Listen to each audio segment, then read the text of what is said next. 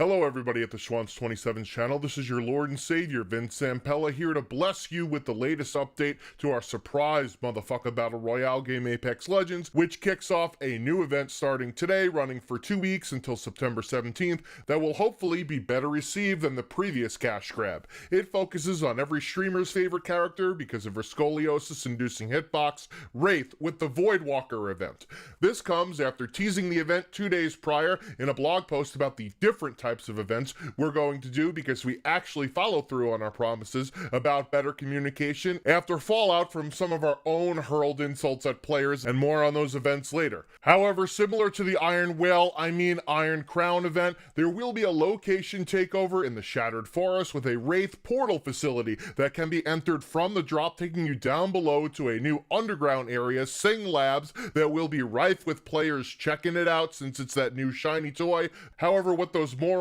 don't know is that it's basically reused assets from bunker and the tunnel part of artillery. Also, the portal can be used similar to rifts in Fortnite, where you could redeploy your skydive from up high, similar to a balloon, since Epic takes all of our good ideas, so it was time to clap back, as you internet idiots like to call it. There's also a new limited time mode, but of course, it's not as enticing as a game mode where you don't have to rely on window lickers for your enjoyment of the match. It's a shoddy sniper mode where the loot is more scarce than a second-rate news YouTube channel, which means you'll need to pray to the RNGesus when you land so that you don't get stuck with a nade and fuck all. The mode named Armed and Dangerous makes some changes. The Kraber and Mastiff will spawn as ground loot with only 1 or 2 per match, and always in late game package drops, as well as having only common white armor and helmets, with the loot table having less items overall, but more emphasis on actual weapons, ammo, and health items, but lowering shield items to go with lower armor. Additionally, there are free challenges to complete for in-game rewards like badges, crafting materials, a loading screen, a music pack, and G7 weapon camos for your freeloaders out there. Of course, it wouldn't be an event without some way of monetizing it with the fear of missing out element, complete with a timed schedule for items like a new legendary Wraith skin that actually comes with a custom character set animation to make it worth the exorbitant 1,800 Apex coins to buy. There are also direct purchasable cosmetics, but at a much lower price point than the previous event, with skins and camos that only cost 500 Apex coins, and of course they also look like they should be cheaper anyways. Before all you think that we've actually listened, come on, we do know better than you anyways because we're Respawn after all. There are also new legendary items that are going to be added in loot boxes, but you'll have the ability to give us money for them through direct purchases during that limited time through the store that we haven't mentioned. Also, during an even smaller window, we're doing a double XP weekend, but of course, since we don't want to reward shitters,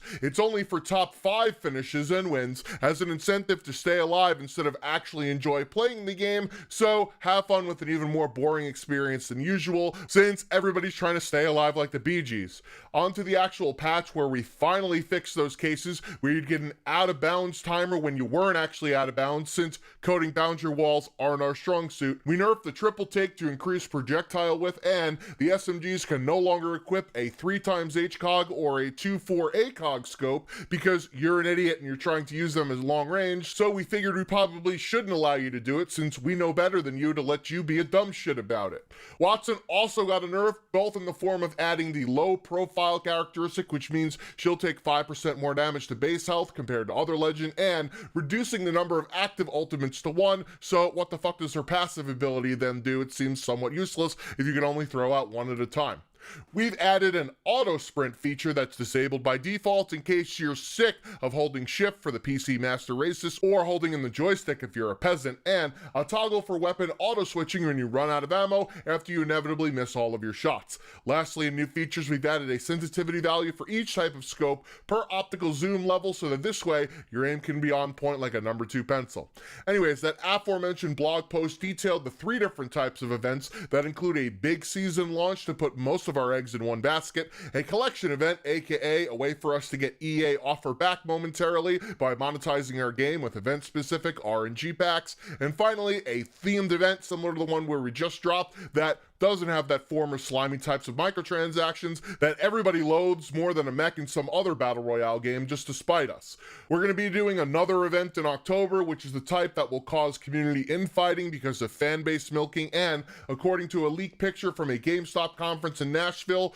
will be of the Halloween variety considering what the Gibraltar skin looks like. Thanks, guys. No wonder why GameStop is closing stores if they're going to leak information also about Season 3 that's supposed to start sometime in September according to our roadmap, which is required by every game to have nowadays to make promises so that people will actually invest in their shell of a product. But Season 2 was supposed to start in June, yet we released it July 2nd, just like DICE. EA development studios never make their target dates. As detailed in the blog post, since season launches will include a new weapon, leaked as the charge rifle, and a new legend, leaked as Crypto, a modern version of Bloodhound who was in the Season 2 launch trailer and in the opening of the Wraith cinematic, that we clearly spent more time on a lore trailer than putting out actual content for our game. Our priorities are in the right place. Don't even try and tell us otherwise because you're wrong. Even though Solos is gone for now, it always has the potential to return at the start of the new season as one of those big changes, considering that we rolled the legendary Hunt Elite limited time mode into ranked for Season 2 because we here at Respawn don't want to crunch our employees into stress casualties, so